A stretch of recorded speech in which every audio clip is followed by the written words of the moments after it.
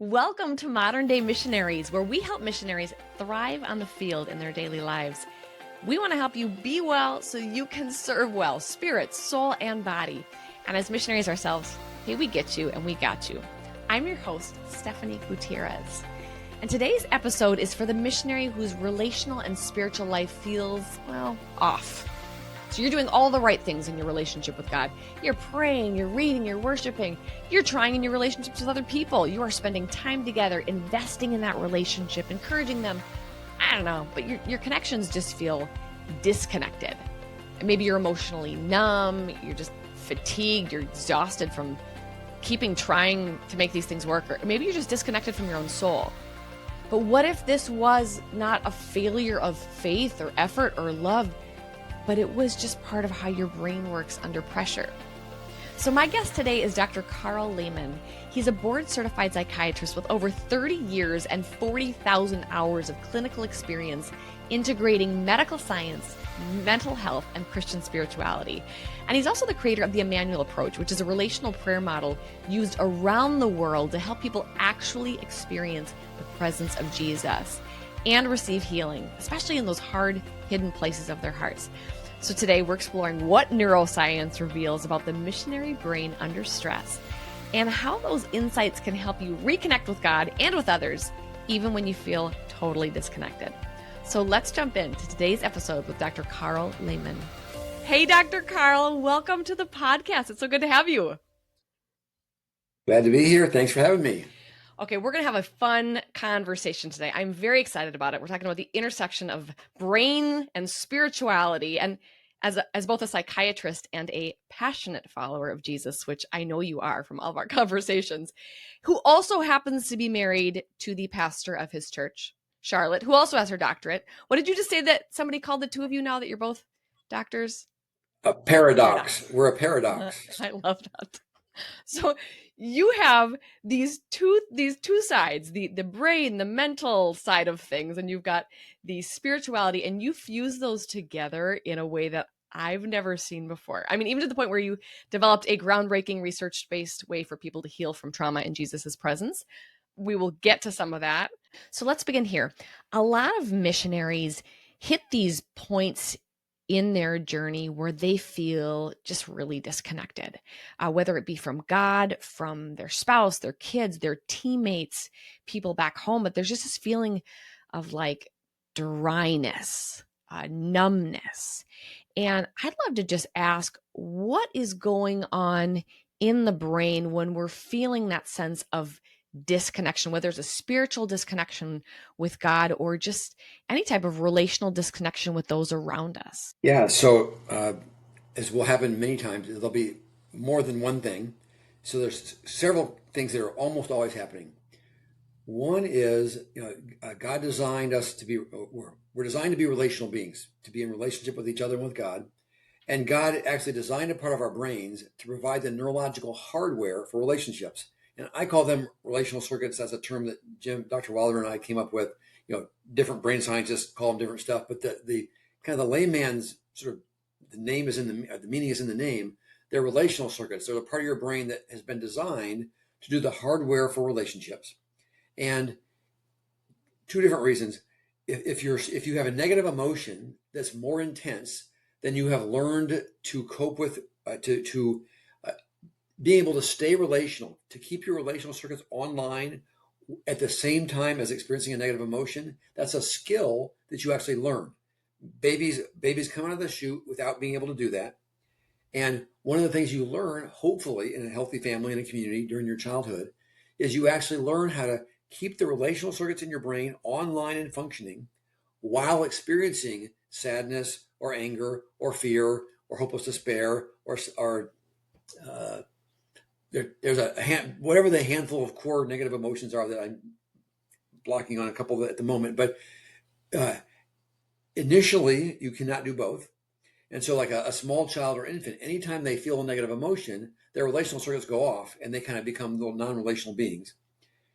Hopefully, we get that skill through childhood, young adulthood, so that you can feel a negative emotion and still feel the presence of other people in the room.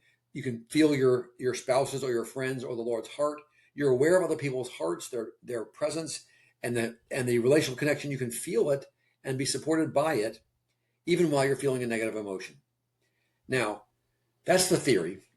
I have never met anybody yet who actually can do that well with all the negative emotions in our very broken world.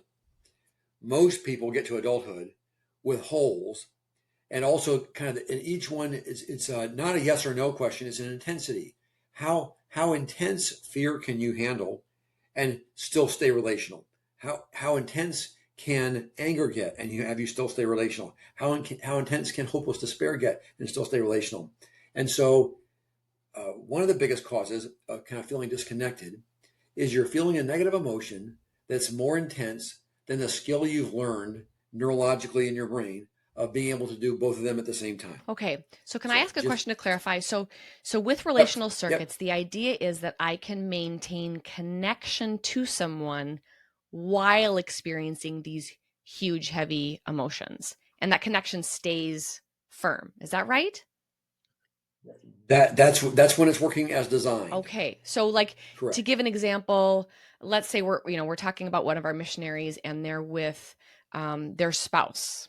So what would that look like? One of the most common ones that people can do well is sadness.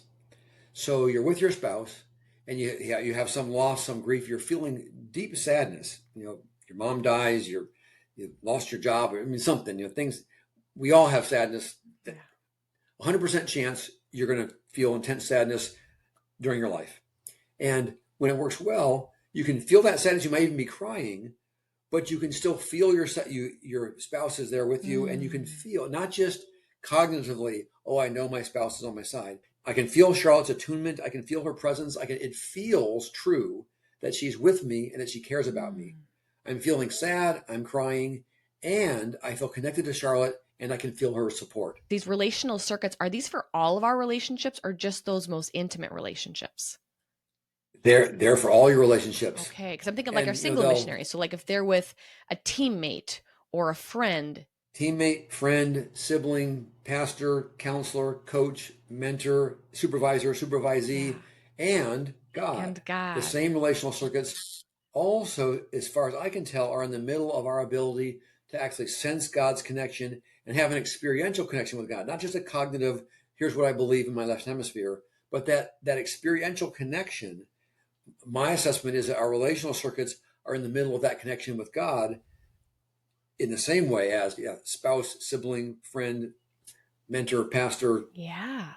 Okay, so let's talk about when that looks bad. So you explained really well what that looks like when it's, I don't know if the word would be healthy or when it's strong, um, Optimal, optimal. as working as designed. So what does Yep. that look like when So our relational circuits are offline with another person and then also with God, which is what we're talking about today? right.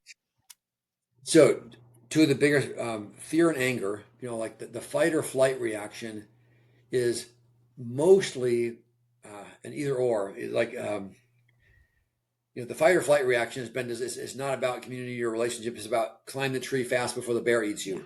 you. So that the anger or fear are they are the two biggest negative emotions for turning off your relational circuits. So you're really frightened about something and you're with your spouse, or you're really angry, and it's the most challenging when you're angry at them. Mm-hmm. And so what that looks like is I don't feel Charlotte's true heart. It feels like it often, well, if you're really honest, it feels a lot closer that she's actually an adversary than that she's on your team. Mm. It's not, we have a problem and we're on the same team together and we have a difficult problem that we're trying to work with, and I might be stressed out about the problem, but I feel like I'm on the same team with Charlotte when my circuits are on. Yeah. When my circuits are off, it feels like, well, actually, it feels like either she's a resource, like I can apply, she has assets that I want to use to fix the problem so I stop feeling bad. And it's just, she's a resource, Yeah. or she's a problem that needs to be fixed or moved. So when our circuits are online, we are feeling connection with other people. Our relationships feel supportive, whether it's with another person or with God.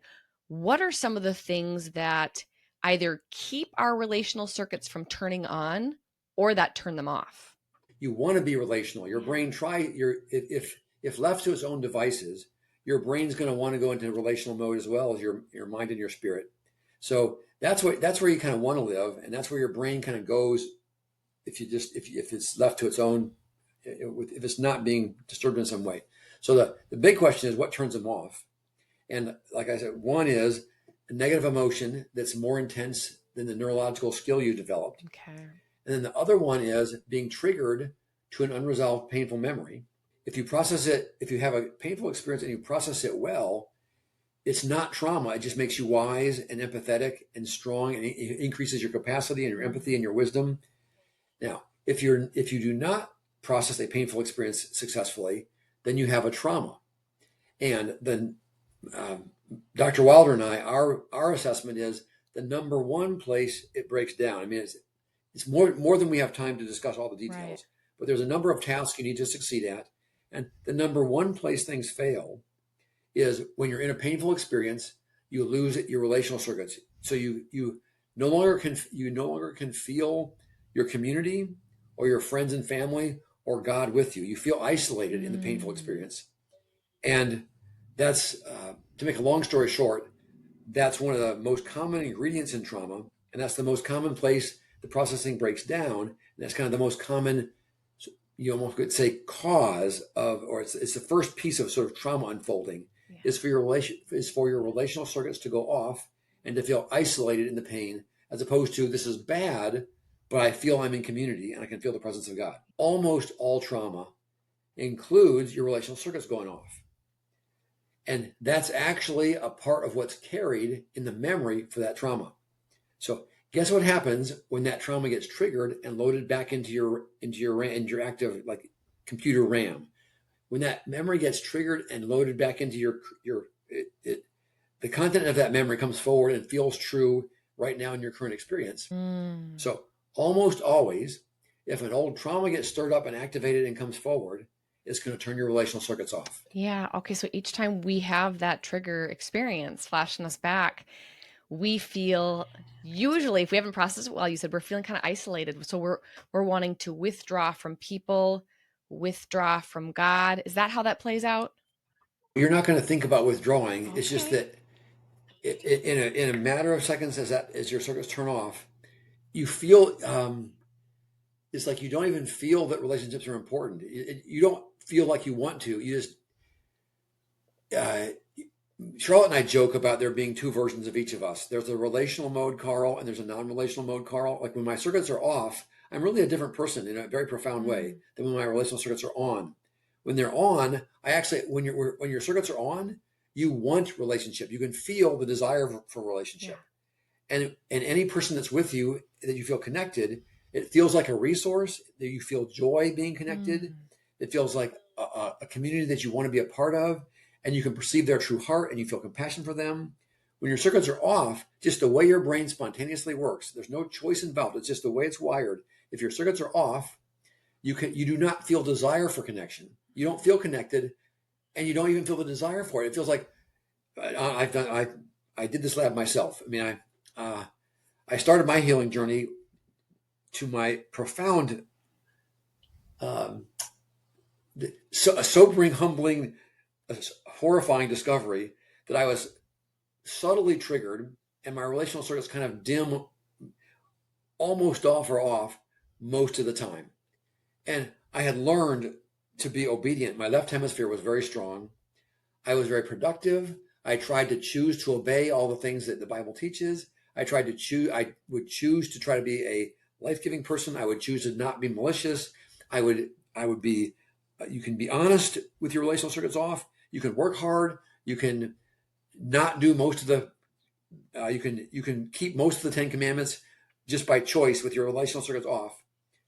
But you don't feel connected. You don't feel joy. You don't feel community. You don't feel a desire for community. The circuits that do empathy, like the spontaneous, compassionate empathy thing, those are your relational circuits. When you're off, you can know you're supposed to do it, but it just doesn't flow. And you can fake it. You can try to make yourself do what you're. I know I'm supposed to be empathetic to my wife in this situation because my marriage counselor told me, I was like, this is a place where this is a part of the story where I should be offering empathy. And you can kind of try to simulate it just by, like, behaviorally, but it's not real empathy, because your relational circuits are the core of the engine that does empathy. And without them, you can kind of fake it, even good-hearted.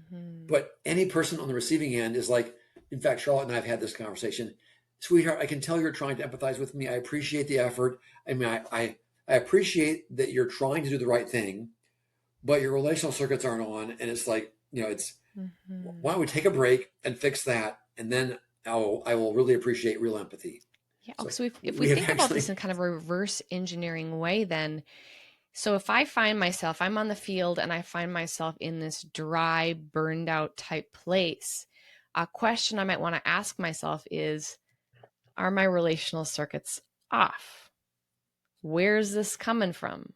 If you consulted me, if you paid for a consultation about, hey, Dr. Karl, I'm in this, I feel dry, I feel numb, I feel disconnected, I feel lack of joy, I'm just all those things. The the first thing I would do would be to talk about relational circuits. I'd explain them and say, okay, let's go through in the Outsmarting Yourself book. There's a list of questions, a very practical checklist. Like, do I feel like I want to be connected? Do I feel connected? Am I able to offer empathy? Can I see a person, my spouse's true heart? Do I feel compassion for them?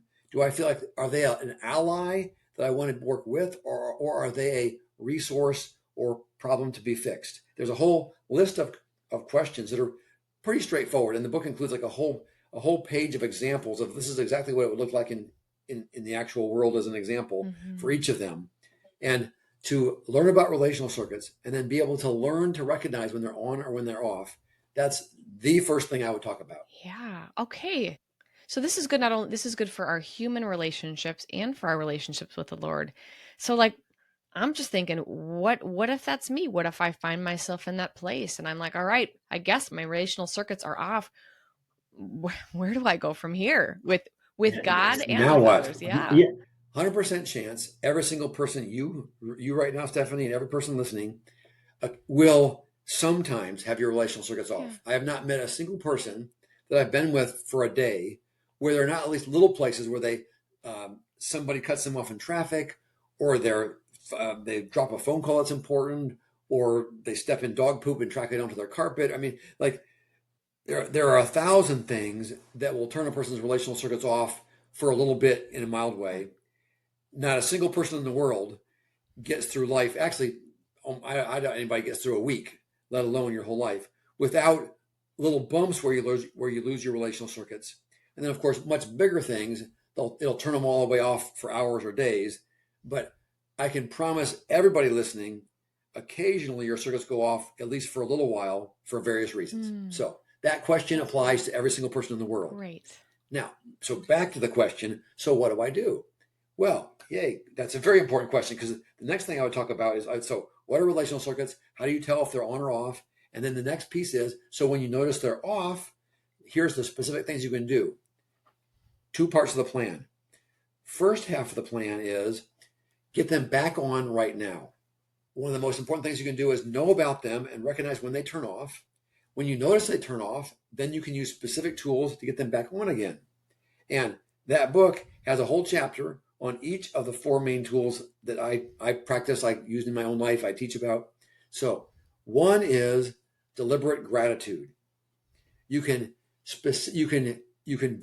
choose to think about a positive memory, picture it in your head, like, kind of close your eyes, imagine yourself, there I am, at my high school graduation with my best friend, or there I am, on my wedding day with Charlotte, there I am when we were in the Grand Canyon having this beautiful, fun nature experience together. You picture it and then talk about the details until you can feel the memory. And especially focus, and the point is to focus on the things you're grateful for. Okay, so it's gratitude plus memory. It's not just like, I'm thankful for a cup of coffee. You are going into a memory and experiencing it. I'm thankful for a cup of coffee is like a little drop. Yeah. And if you did 20 of those, if you literally took 15 minutes and you did 20 or 30, I'm thankful for a cup of coffee. I'm thankful that it's sunny today. I'm thankful that I can afford to pay my rent. I'm thankful. Those are common. That's what most people are familiar Yeah. with. Make your list of gratitudes. If you're in Sunday morning church and they say, what are we thankful for? People will say little things like that. But mostly, if your circuits are off, you're a fairly unhappy camper. And just trying to remind yourself that you have a cup of coffee, it'll be like, yeah, thanks. Not enough.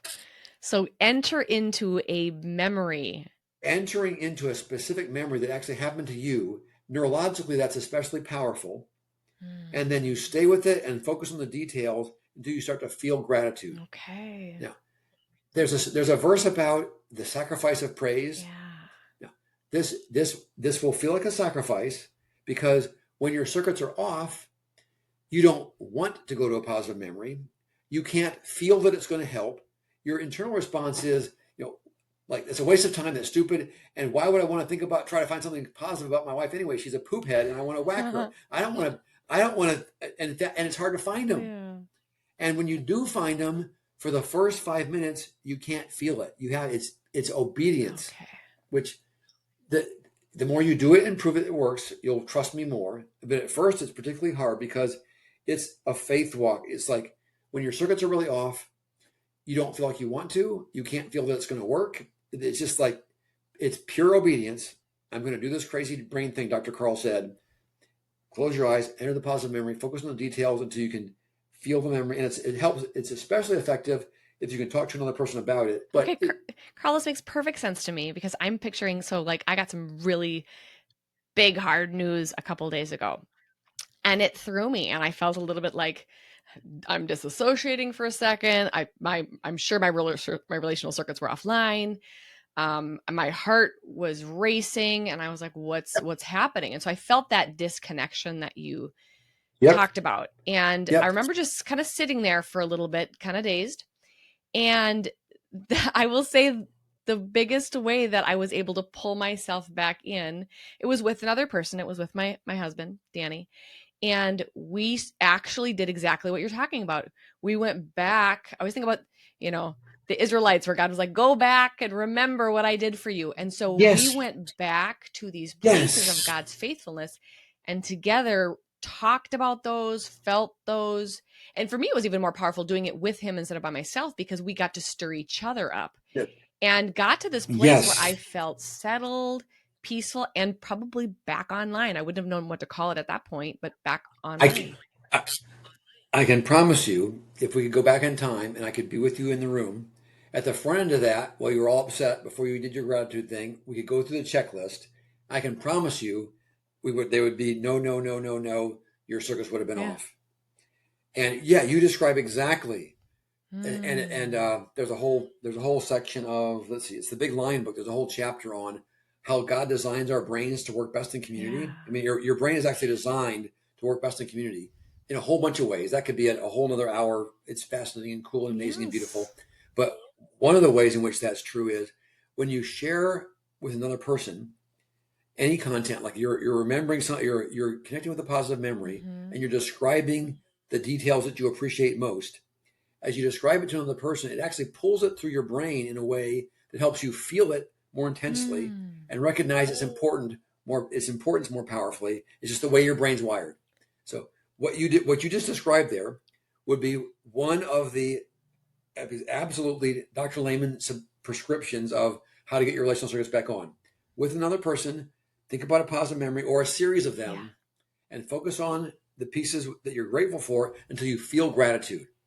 And the way your brain is wired is it's impossible to feel grateful and stay in non-relational mode at the same way. At the same time, you're wired so that if you do this specific positive memory until you feel gratitude, as you feel gratitude, that will bring your relational circuits back on again. It's the way your brain's wired. Yeah.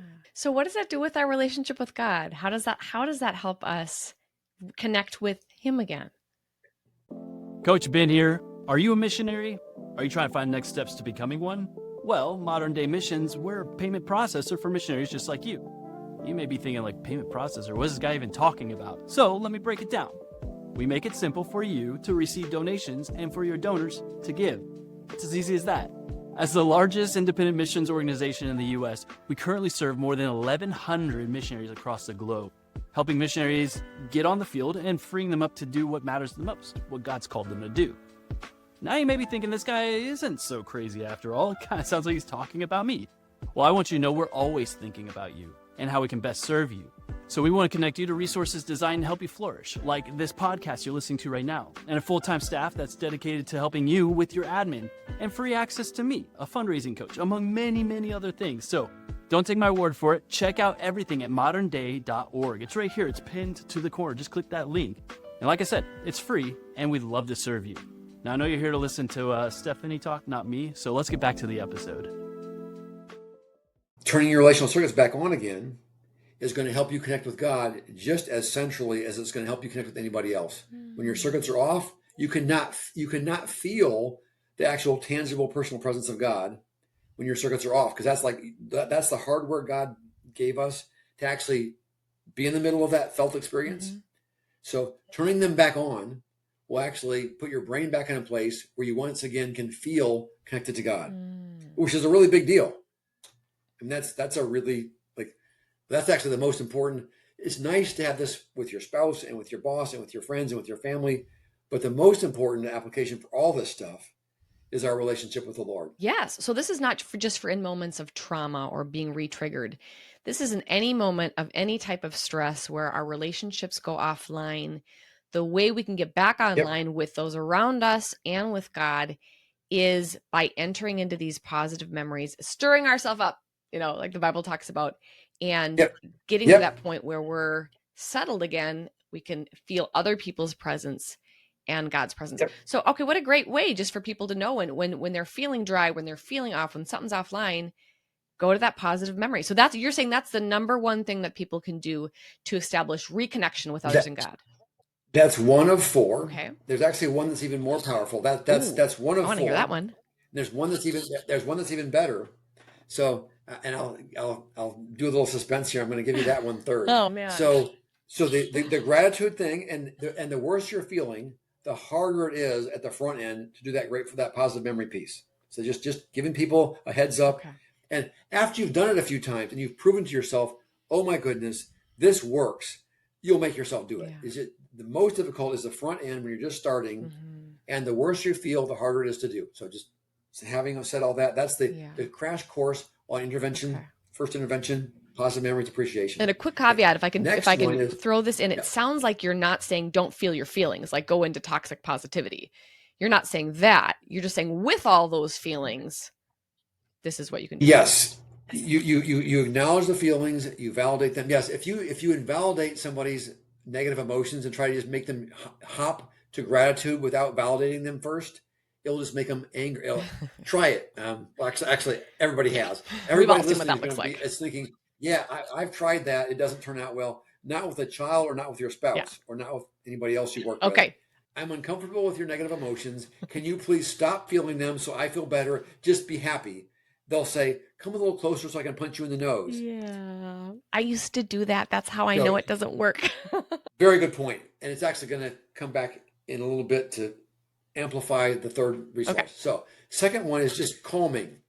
Anything just physical, calming the negative emotion. Remember I said the first thing that turns your circuits off is just to feel a negative emotion more intensely than your neurological skill. Mm-hmm.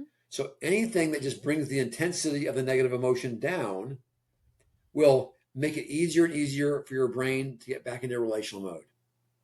So any technique you've learned, deep breathing, progressive muscle relaxation. I mean, if you Google relaxation techniques, you'll get 1,562,153 hits.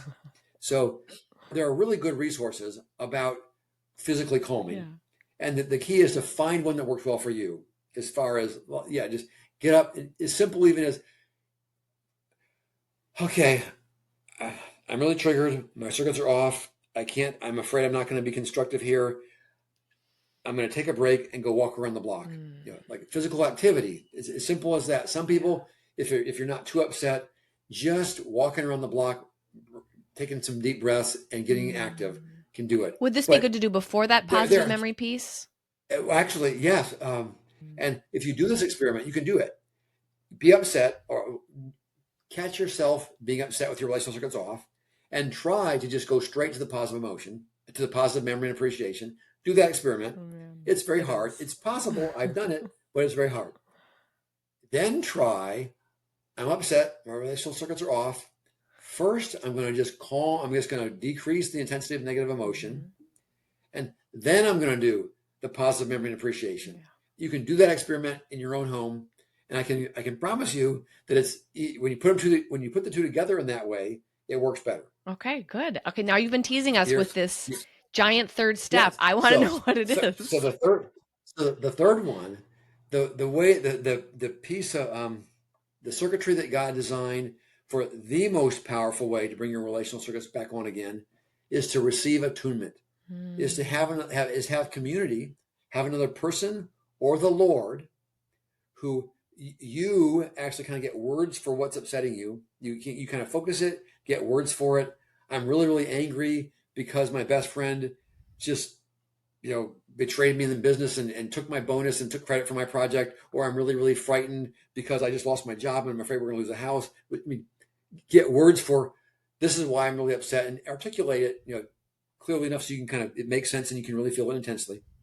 And to have somebody hear that and you feel they hear it, they're with you in it, and they're glad to be with you, and you can feel their relational, caring presence with you in your place of struggle and pain.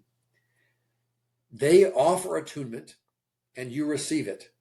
And that's the circuitry that's the most powerful. In fact, if you have community, as you get better and better at that one, you'll actually, all the other resources, I almost never use any of the other ones because, so a part of the Emmanuel Approach is you learn how to be able to have a connection with the Lord. And the really, the best possible scenario, the best possible final outcome is you learn how to be able to perceive and connect with the Lord, even when you're feeling bad. And even when you can't feel him yet, you can still perceive his presence. And you can learn to, I'm really upset. My relational circuits are off. You figure out what's going on. You tell that, you get words for it, and then say all that directly to Jesus.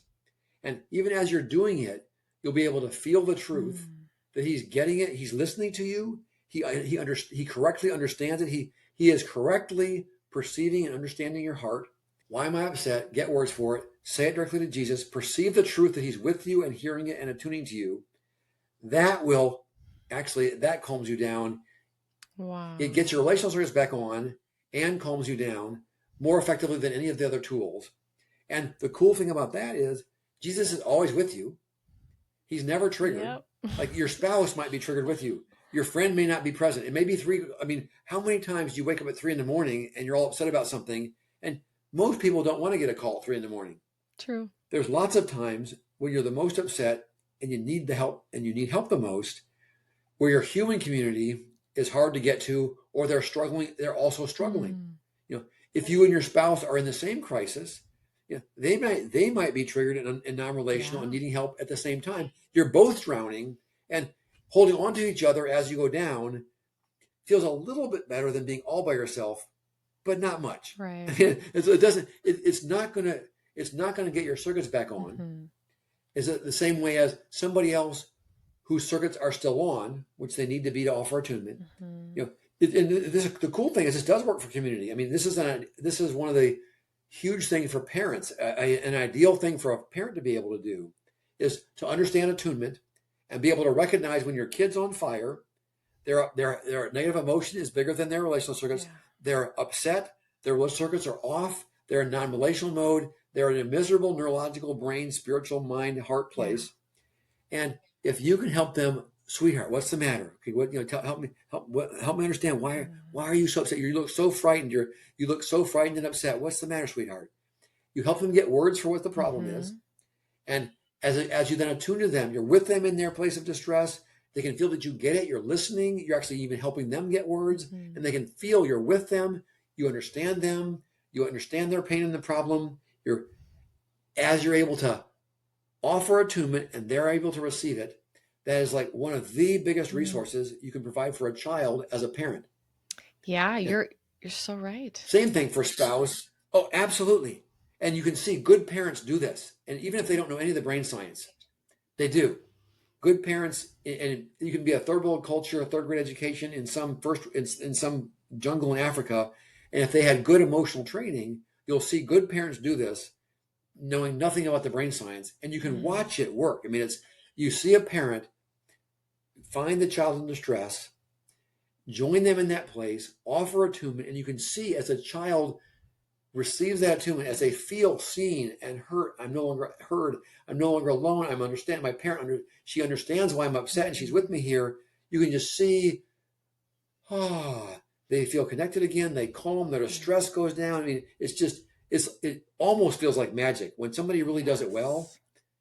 When a person is really able to offer attunement effectively in intensity, it feels like they have a superpower. It is. It's like an Alka-Seltzer for the soul. You can see it, I think, most profoundly with kids, but you can feel it as adults.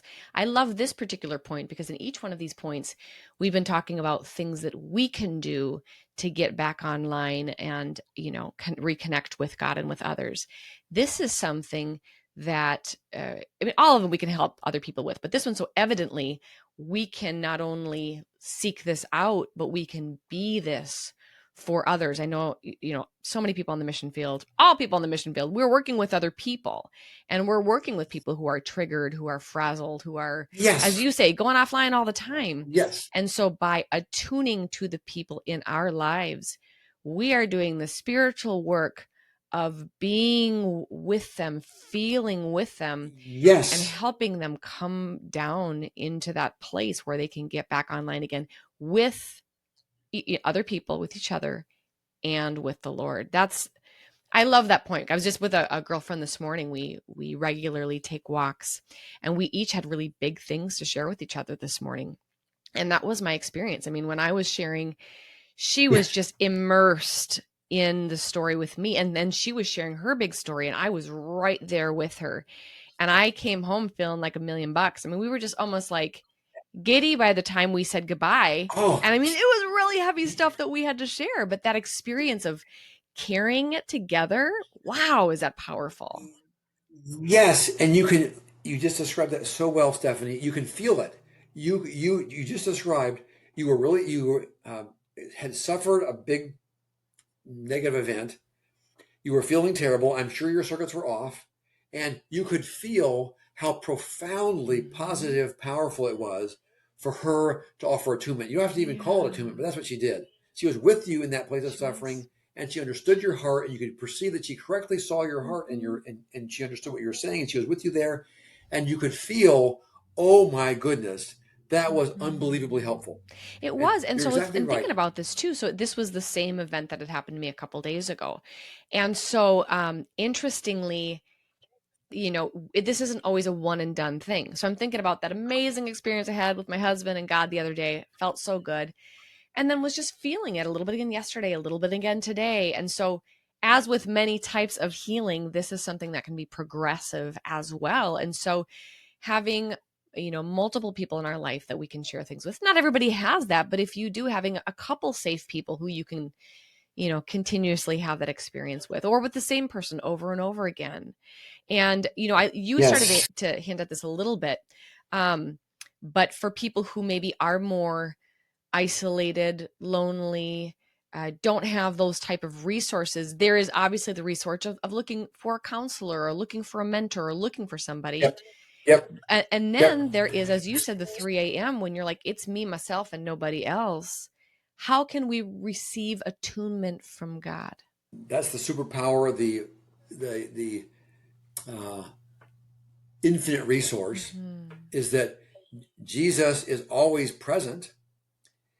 He's never triggered. His circuits are always on. So it's never like, even, okay, I'm upset and I'm with my spouse, but he's just as upset, so we're both on fire. Yeah. Well, Jesus is never on fire. He's always with you. He's always glad to be with you. And he's always able and happy to provide attunement. So like the core of the Emmanuel approach is 100 different ways to learn the skill of being able to perceive the Lord's presence and establish a connection that's back and forth interactive in all kinds of situations.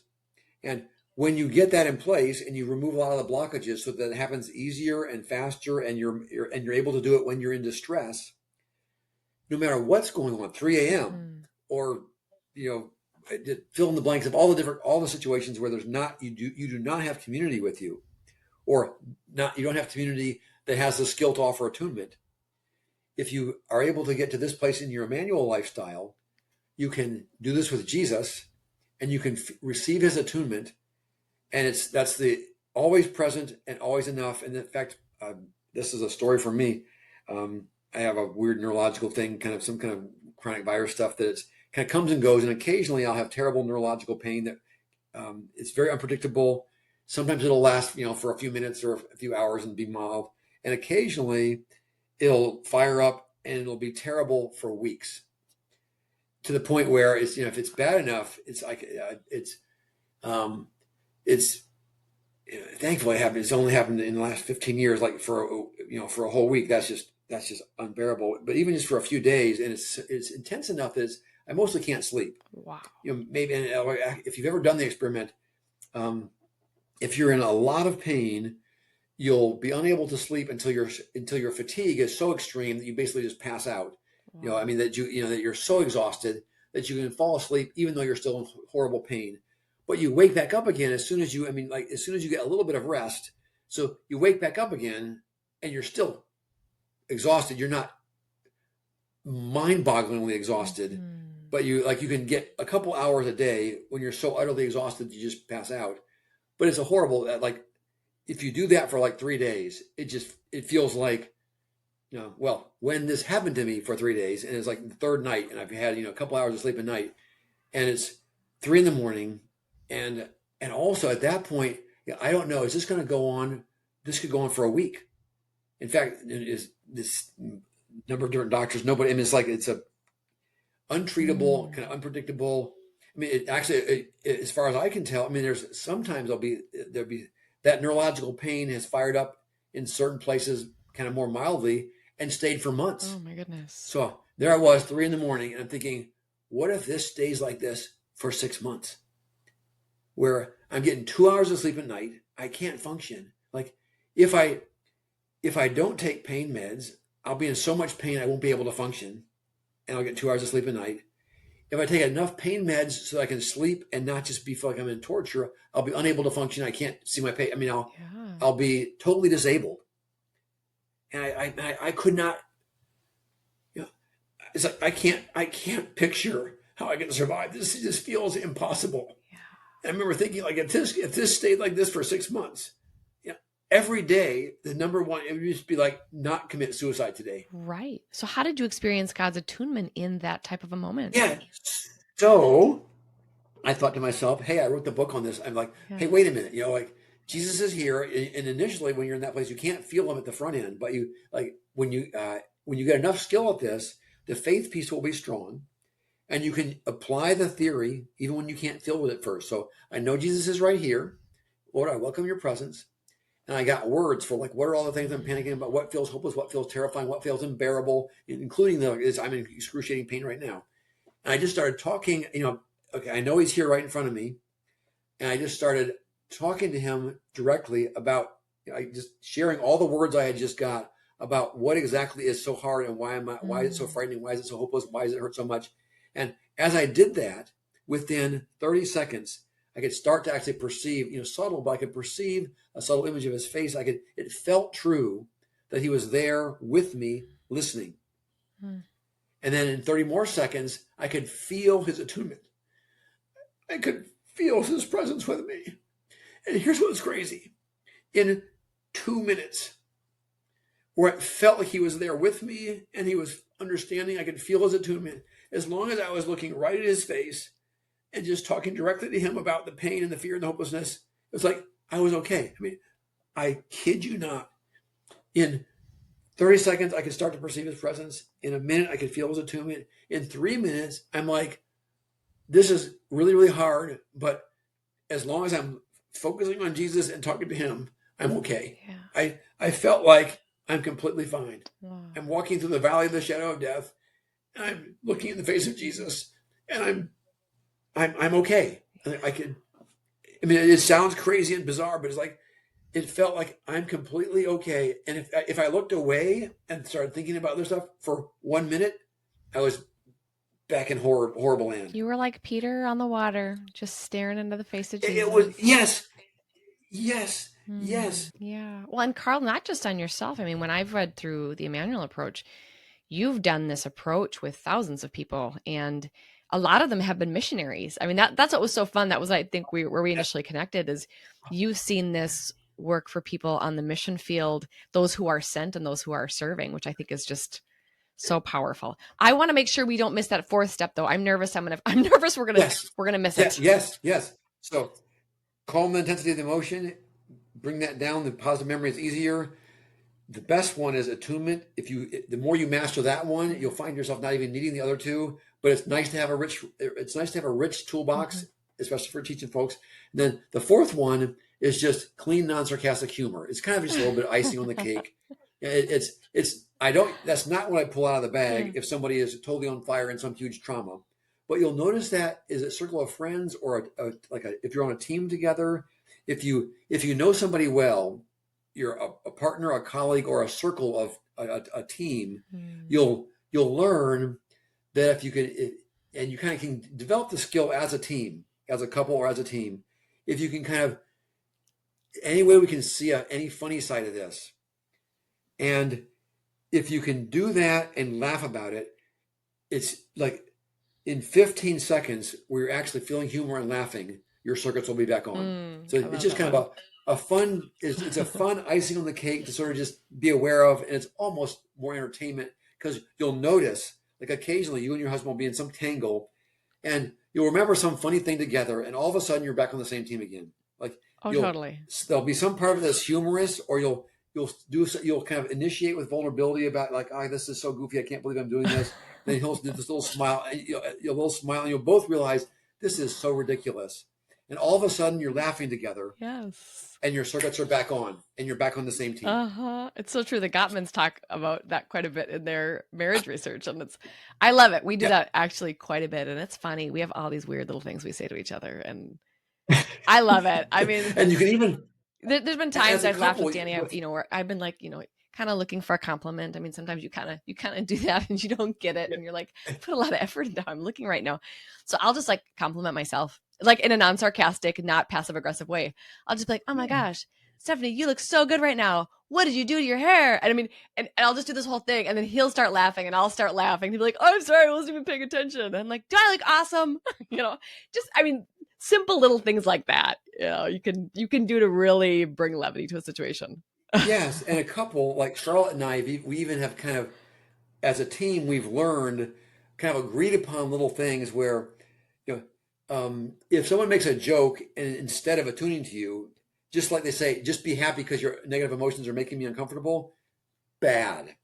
But if you have like as a couple, you can actually kind of agree on things. Hey, these are acceptable. Like, if we're in that situation and you can help remember this, we've learned little things that we've actually agreed on. Yes. And it's like fun little extra resources that occasionally we pull out, and it's just like, oh, that was sweet. So yeah, calming, deliberate appreciation, receiving attunement, and humor. And actually, the biggest one is receiving attunement. Yeah. If you calm first, appreciation is easier. The humor is gravy. And there's a chapter on each of those. If you recognize your circuits are off, so whatever the deal is, you're triggered, you're in some crisis or whatever, you can dramatically reduce the damage for what happens in the next couple hours by just recognizing, I'm upset, my circuits are off, I'm going to take a break and use some combination of those tools to get them back on again.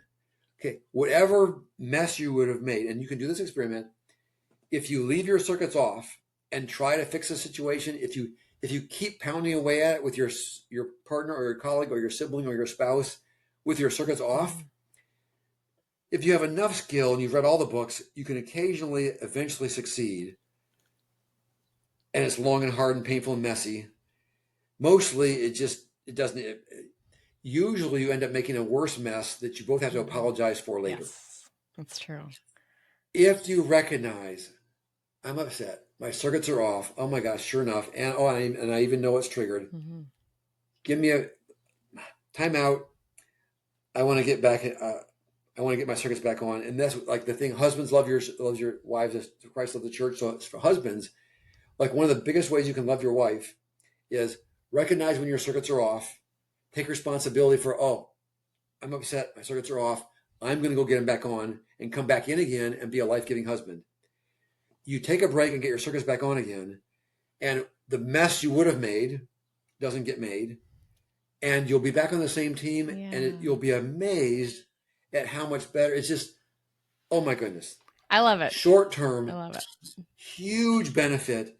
My circuits are off. I've got tools to get it back on. Time out. Go do that. So that's the first half of the plan. The second half of the plan is most of the time when your circuits, by the time you're an adult, most of the time when your circuits go off, there's at least triggering is at least a part of it. It's just, and some of you may be arguing with me at the moment. Yeah, no, I don't think so. So here's my prediction. If you do this and you keep studying it and you embrace an Emmanuel lifestyle, every year that goes by, you'll agree with me more. At first, you'll think, well, yeah, I'm just upset. I'm triggered once in a while. And a couple of years ago, well, actually, I'm triggered, more than I thought. And every year that goes by, it'll go 30, 40, 50, and eventually you'll say, okay, Karl, you were right. When I'm upset enough to have my circuits off, 90% of the time, there's at least some triggering going on. That would be my prediction. If you don't believe me at first, if you actually embrace this as a lifestyle, every year that goes by, the number will go up, and eventually you'll sheepishly come up to me at a conference and you'll say, yep, I'm one of those people, and I'm at 90%. Karl, this has been so fun. You've taught us how to recognize when our relational circuits are off, how to get them back on, 4 things we can do to get them back on. And you hinted at the Emmanuel Approach, which I just really encourage people to head to your website. We're going to put all that in our notes so you can find that. If you've wondered what this Emmanuel lifestyle is, this Emmanuel Approach is, you can learn. I can summarize it in 1 minute. Go for it. You got it. Okay, I'm going to time you. Go. Okay. I'm just kidding. Go. Yeah, so you apply, and there's a 1-minute version, a 3-minute version on the getting started page of the website. There's 10 different ways to introduce it. Here's the 1-minute version. So you apply brain science and biblical principles to be able to actually perceive the presence of Jesus and have an interactive connection. And then you interact directly with Jesus as the therapist. You go into your traumatic memory, you connect with Jesus in that place, and then you interact with Jesus as a therapist inside the traumatic memory to walk through it together and heal it. That's so powerful. And on your website, you have resources of people who actually do this approach so people can experience it for themselves. Yeah. And then you've told me just amazing stories of people who've been trained in this, who then have used it on the mission field to bring freedom to the people around them. So if you are encouraged, if you are looking into, if you would like to experience this for yourself, or if you would like to be trained to give this to somebody else, head on over to the Emmanuel Approach. Find out all about it, and I believe you'll experience some real life transformation. So, Karl, I can't thank you enough for joining us today. This was fascinating as usual. I could have asked you about 100 more questions. So, yeah, we'll keep talking and keep learning. And thank you again for being with us. You are so welcome. Thank you for being a part of my desire to help everybody in the world be able to experience the living, tangible, interactive, personal friendship presence of Jesus. Amen. Love it. Thank you, Karl. Amen. Wasn't that so good? So this conversation gave me so much insight into how my spiritual life and relational life intersect with my mind. And I hope it did for you too. So here's my big takeaway. A relational disconnection doesn't mean we're broken or we're failing. I think it just means our brain is trying to protect us and we're living in the results of some things we've experienced in the past. But hey, since God made our brains, He can bring us back into that place of abiding where we feel connected to Him, where we're better able to hear His voice, and where we can experience real love in our relationships with others. So you're not alone in this. We've all been through it. As Dr. Karl was saying, we all go offline on our relationship circuits probably every week. So I think sometimes the first step is just noticing and naming what's happening in our nervous system and then inviting Jesus into it. So I just want to encourage you to take a deep breath with me for a second.